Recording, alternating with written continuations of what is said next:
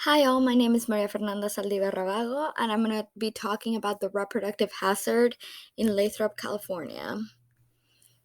So, the objective of this presentation is to share how DBCP affected worker infertility in Lathrop, California, and it became the first known case of infertility due to this chemical. What will we talk about? We'll talk about what DBCP is, the timeline, some health effects, the minimal risk levels, the number of exposed workers, the Noel and Lowell measurements on rabbits, and a conclusion. So, what is DBCP? So, it's a liquid soil fumigant used until 1985 when the US banned this chemical, according to the CDC. It is a pesticide used to protect pineapple, bananas, and other crops, especially tropical crops. Inhalation and dermal exposure can often lead to poor reproductive and gastrointestinal health outcomes, as was the case in Lathrop, California. What was the timeline? So in 1955, DBCP was introduced into US agriculture. In 1964, DBCP is widely marketed and actually became one of the most common pesticides for tropical fruits. In 1977, 6 workers started questioning why none of their coworkers were able to conceive.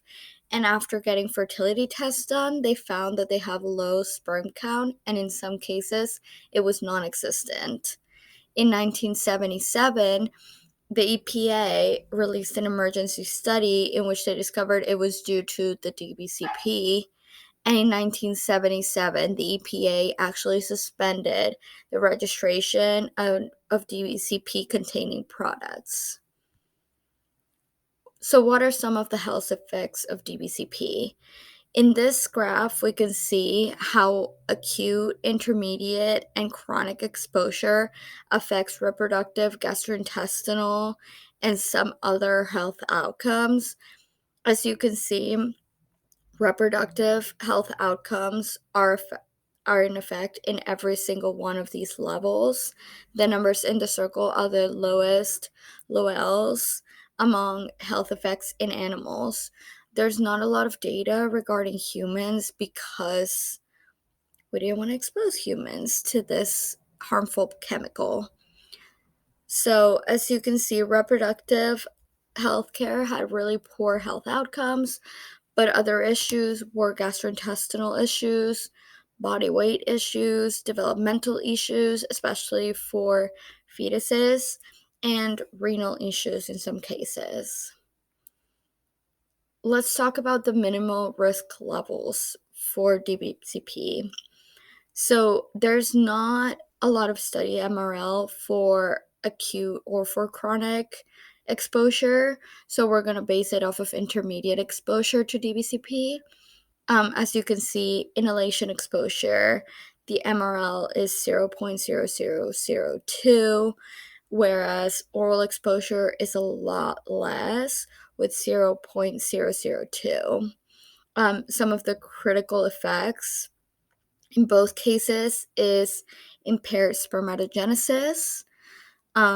However, there's still an uncertainty factor. We haven't done a lot of studies based on this because exposure is basically non existent after these cases were communicated to the general public and after OSHA and other organizations made it prohibited to actually buy these products.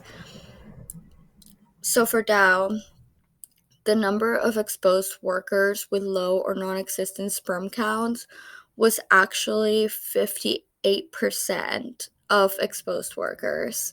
That means over half of those exposed actually had low or non-existent sperm counts, and it was really hard for them to conceive. As we can see, out of 86 people who were exposed, 62 had low or non-existent sperm count. Let's talk about some Lowell or Noel measurements.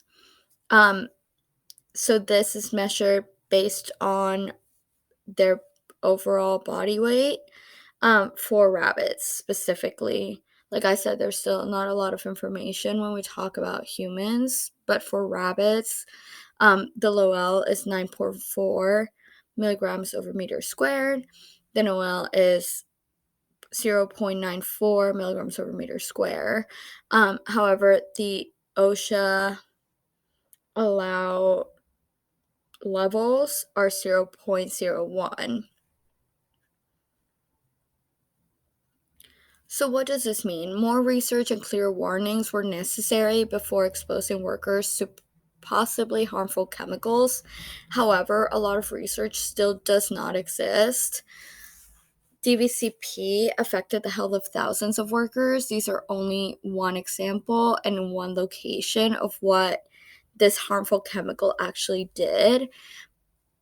The EPA might not have studied without the work of those 6 initially curious workers at Occidental Chemical Plant in Lathrop, California.